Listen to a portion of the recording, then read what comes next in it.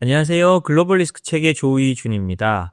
오늘은 저희가 탈레반 얘기부터 한번 다뤄볼까 합니다. 지금 이란, 이스라엘 전쟁, 우크라이나, 러시아 전쟁, 전 세계가 전쟁으로 시끄럽고요. 얼마 전까지만 해도 파키스탄하고 인도가 일촉즉발의 위기, 사실상 어느 정도 전투까지 했지만 또 전면전 위기가 있다는 얘기까지 있었고요. 그런데요, 그 사이에 조용히 세력을 넓히는 곳이 있었습니다. 바로 탈레반, 그리고 IS인데요. 저는 이렇게 지금 전 세계적으로 어떤 충돌이 동시다발적으로 일어나고 있는 가장 큰 이유 중에 하나가 바로 미국이 점점 세계 경찰을 포기하고 발을 빼고 있기 때문이라고 생각합니다.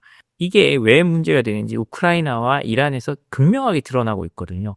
만약에 미국이 과거 우리 6.25 때처럼 어떤 이념에 의해서나 또 꼭 경제적인 이유가 아니라 이념과 어떤 민주주의 수호라는 가치에 의해서 움직였다면 우크라이나 전쟁에서 미군이 더욱더 적극적으로 아니면 심지어 파병을 했을 가능성도 있습니다. 그런데 지금 미국은 전혀 그렇지 않죠.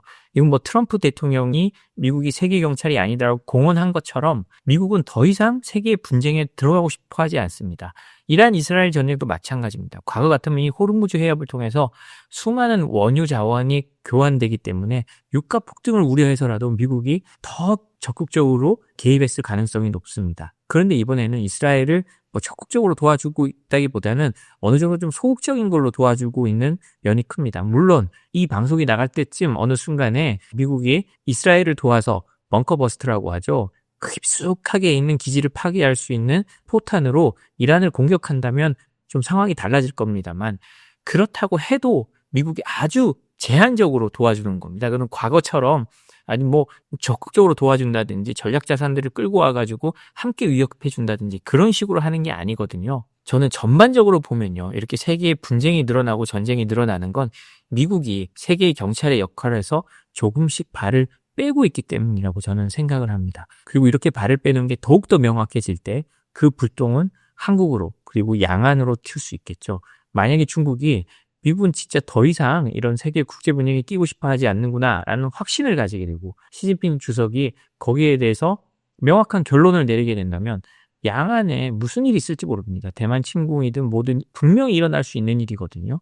그렇기 때문에 우리는 이렇게 미국의 자발적인 어떤 후퇴, 세계 경찰을 내려놓음으로써 인해서 일어나는 이런 현상들을 저는 보고 있다고 생각하는데요. 그런 의미에서 최근에 이 탈레반의 움직임 잘 살펴봐야 됩니다. 탈레반이요, 리튬 우라늄 등 광물 외교를 통해서요, 국제적인 인정을 받기 위해서 굉장히 노력하고 있다는 겁니다. 그만큼 이제 미국이 아프가니스탄에서 빠져나가면서 탈레반이나 이런 것들도 자신의 보폭을 넓힐 수 있는 그런 국제적 환경이 만들어졌다고 볼 수 있는 거죠. 2021년 탈레반의 재집권 이후 서방의 제재가 부활하면서 아프가니스탄 경제는 사실상 마비된 상태라고 보여지고 있습니다.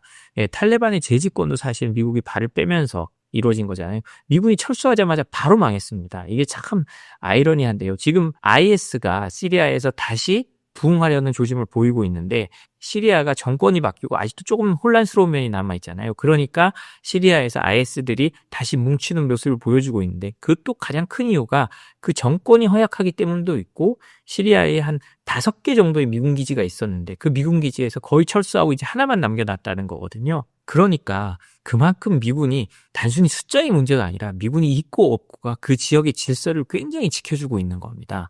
그래서 다시 탈레반 얘기로 돌아가자면요. 탈레반의 경제가 사실상 마비된 상황에서 아프가니스탄은요, 광물 채굴 산업은 국제 원조의 단절, 외화 자산의 동결, 양귀비 경작 제한 등으로 악화된 경제에 거의 유일한 돌파구가 되고 있다고 합니다. 탈레반은요, 이 자원을 단순히 단기적 수익원이 아닌 장기적 경제정책의 일환이자 외교적 지렛대로 활용하고 있다는데요. 아직 본격적인 채굴은 이루어지지 않았지만 각국의 관심을 받을 수 있는 협상 카드로 사용하고 있다고 합니다. 그럼 아프가니스탄은 어느 정도의 광물을 가지고 있을까요?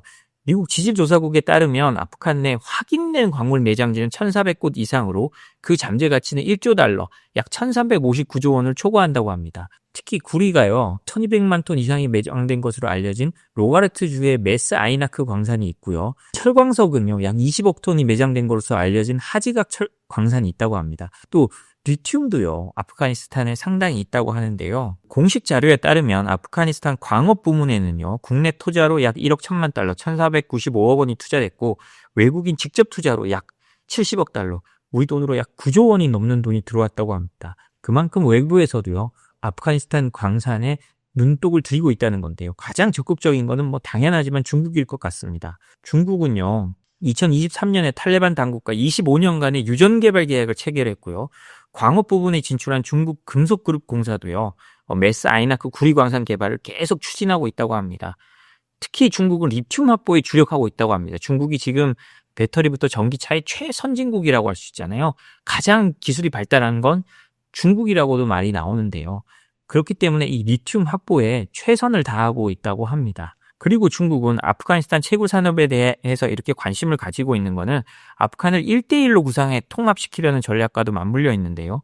중국은 중앙아시아 및 남아시아 전역에서 자국의 지정학적 경제적 영향력 확대를 노리고 있습니다. 뭐 이거는 계속 되어 온 얘기인데 이제 아프가니스탄을 통해서 그 1대1로 사업을 다시 확장하고 거기다 이제 광물 산업을 붙여서 중국의 물류 그리고 광물까지 안전하게 공급할 수 있도록 하겠다는 거죠. 아프가니스탄과 인도는 국경이 닿진 않았습니다만 인도도 상당히 관심을 보이고 있다고 합니다. 아프가니스탄이 철, 구리, 우라늄 자원에 주목하고 있다는 건데요. 인도 파키스탄 분쟁으로요. 인도는 최근에 핵 억지 전략을 강화해야 된다라는 여론이 높다고 합니다. 이런 상황에서 우라늄이 풍부한 아프가니스탄은 우라늄 공급처로 굉장히 매력적이죠. 가깝기도 하고요. 그래서 인도는요, 이런 전략 자원에 대한 어떤 그 우대 조건 그리고 서로의 이해관계가 맞을 때 탈레반 정권과의 일정 수준의 관계 개선 그리고 제한적인 정치적 인정까지도 고려하고 있다고 합니다. 러시아는요, 뭐 아프가니스탄에 학을 뗀 나라죠. 소련 시절에 한 10년간 침공해가지고 했다가 아프가니스탄에 그냥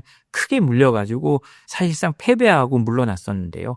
이제 탈레반 정권이 들어서고 러시아도 고립되다 보니까 러시아도 탈레반과 상당히 협력하려 하는 분위기를 보이고 있습니다. 러시아는 아프간 북부 지방의 유전 탐사 및 에너지 협력을 추진하고 있고요. 실제로 지난 5월 중순에는 러시아 에너지 기업 인데코 그룹이 탈레반 정권과 석유 공동 개발 계약을 체결하기도 했다고 합니다. 러시아는 이 같은 교류를 통해서요, 단순 경제 협력을 넘어서 중앙아시아 및 인접 지역에서의 지정학적 입지 강화를 노리고 있다는데요.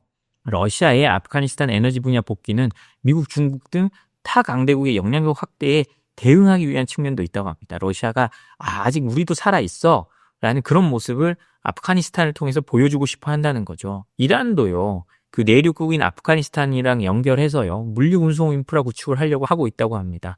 당연하겠죠. 그렇게 한다면 중국으로부터 이란이나 뭐 이런 데 가는 철도망이나 이런 것도 또 다른 안정적인 면을 유지할 수 있으니까요. 그런 다음에 파키스탄이 있습니다. 파키스탄은 아프간 남부의 철, 석탄 자원에 관심을 가지고 있고요. 그리고 뭐 가스 파이프라인 사업 이런 것도 같이 하고 있다고 하네요. 그런 만큼 아프가니스탄이는 내륙국이고요. 주변국을 연결할 수 있는 위치에 있다 보니까 그런 면을 극대화하면서 자신들의 인정을 받을 수 있는 이런 쪽으로 나가고 있다고 하는데요. 최근에 중국도 그렇고 히토류 이런 거를 자원화하고 무기화하면서 요즘에는 광물 자원이 새로운 외교 카드로 계속 나오고 있습니다. 러시아도 지금 미국과 협상해서 그럼 우리 히토류 개발해. 그럼 우리 석유 네가 개발해. 우리한테 들어와서 네가 하고 싶은 대로 해. 이런 조건을 내걸면서 트럼프 대통령과 딜을 하려고 하잖아요. 이런 모습은 정말 세계가 점점 더 갈려가고 있는 가운데 예전처럼 같이 자원을 모아서 쓰는 게 아니라 네 자원, 내 자원이 갈려 있는 거니까요.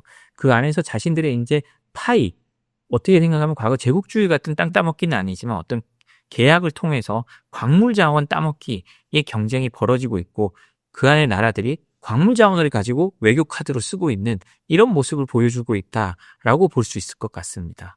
러시아 얘기를 몇 개 더 전해드리면요.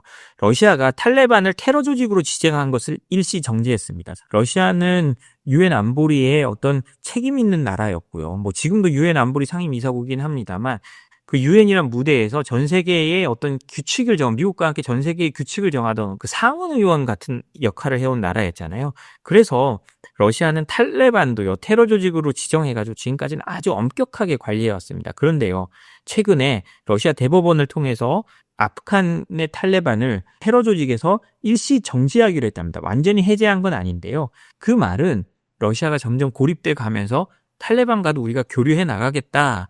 이런 뜻을 밝힌 건데요. 그러면 어떻게 되느냐? 아프간은 러시아와 통화결제 협상을 진행하고 있다고 합니다. 또 그리고 중국과도 논의 중이라고 하는데요. 사실상 아프간은 서방의 제재로 달러를 쓰기가 굉장히 어려우니까요. 이제 러시아 루블이나 중국의 위안화를 통해 그 경제권에 들어가면서 자신들의 어떤 경제적 활동을 하겠다는 겁니다. 지금 러시아와 아프가니스탄의 연간 무역 규모는요, 한 3억 달러로 꽤 크지 않습니다. 한 4천억 정도지만요. 이렇게 이제 그 결제 시스템이 상호 연결되고 나면 뭐 이제 석유부터 플라스틱까지 뭐 모든 걸 서로 교환할 수 있고요. 이제 그 아까 말한 광물이나 이런 걸 통해서도 교역이 크게 늘어날 겁니다. 그리고 아프간은 중국과도 협상을 진행하고 있는데요. 아프간과 중국은 매년 약 10억 달러 규모의 교역을 하고 있다고 합니다. 여기도 뭐 엄청 크진 않은데요. 이미 그렇지만 서로 이제 그 교역을 활성화하기 위해서 아프간 상무부와 중국 대사관 관계자들로 구성된 공동 협의팀이 논의를 하고 있다고 하네요.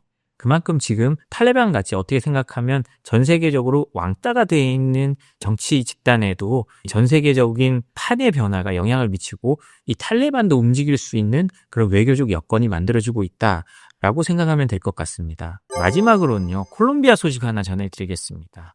이 콜롬비아는 사실 미국의 중남미의 아주 중요한 동맹 중에 하나입니다. 제가 이 방송을 처음 시작했을 때도 콜롬비아 얘기를 한 적이 있는데요. 우리가 잘 모르고 있지만 콜롬비아는요, 6.25 때 한국에 파병한 나라입니다. 콜롬비아가 한국을 어떻게 알아서 파병했겠어요?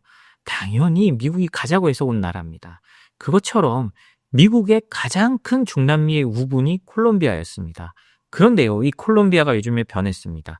콜롬비아가 이번에 좌파 대통령이 되고, 특히 뭐 좌파 대통령이 됐다는 것 자체가 큰 문제는 아닐 겁니다. 우리나라도 좌파가 하고 우파가 대통령이 될 수 있지만 어떤 한미동맹이랑 큰 틀이 바뀌지 않는 것처럼 콜롬비아도 그렇습니다. 콜롬비아는요, 또 미국이 인정한 공식 동맹 중에 하나입니다. 그 미국이 동맹이라고 인정하는 나라가 많지 않습니다. 그 국무부에서 인정한 나라들이 한 뭐 18, 19곳 되는데, 중남미에서는 원래 콜롬비아가 거의 유일한 것 같은 나라였는데, 이 콜롬비아가 이제 미국과 트럼프가 싫다라고 중국 1대1로와 브릭스 은행에 공식 합류를 했다고 합니다.